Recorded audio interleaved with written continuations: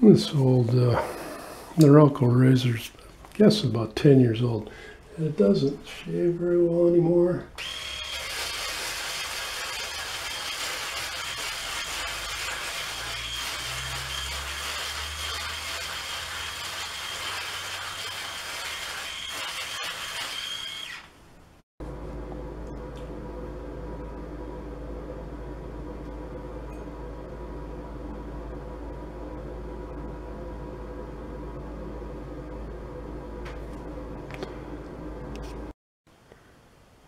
And the manual actually says you're supposed to change these blades like every 6 months. So I've just taken out one, and you want to keep these together because they're supposedly matched sets. So got a sharpening stone here. I'm not going to go crazy.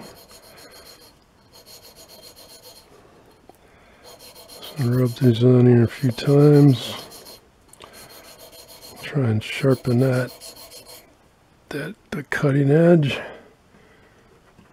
That back in, and then I'll do the other two.